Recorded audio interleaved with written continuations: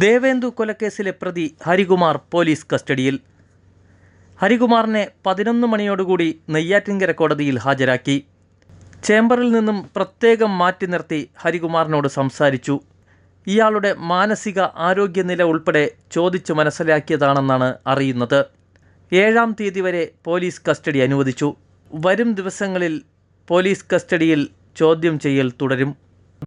കൊലപാതകത്തിനിടയാക്കിയ കാരണമുൾപ്പെടെ പോലീസിൻ്റെ ചോദ്യങ്ങൾക്ക് ഹരികുമാർ മറുപടി നൽകേണ്ടി വരും. 3 ദിവസത്തെ കസ്റ്റഡി കൊണ്ട് ഹരികുമാറിൽ നിന്നും കൃത്യമായ വിവരമാണ് പോലീസിന് ശേഖരിക്കേണ്ടി വരിക. ശാസ്ത്രീയമായ ഒട്ടനവധി അന്വേഷണ മുറകളും ഈ കേസിൽ ഉപയോഗപ്പെടുത്തും. ഉന്നത ഉദ്യോഗസ്ഥരുടെ സാന്നിധ്യത്തിലായിരിക്കും ഹരികുമാറിനെ ചോദ്യം ചെയ്യുക. പോലീസ് കസ്റ്റഡി അനുവദിച്ച ഹരികുമാറിനെ നെയ്യാറ്റിൻകര ഹോസ്പിറ്റലിൽ വൈദ്യപരിശോധന നടത്തി. ബാലരാമപുരം പോലീസ് സ്റ്റേഷനിലെത്തിച്ച് ഹരികുമാറിനെ ചോദ്യം ചെയ്യുവാനുള്ള നടപടികളും ആരംഭിച്ചു വരുന്നു.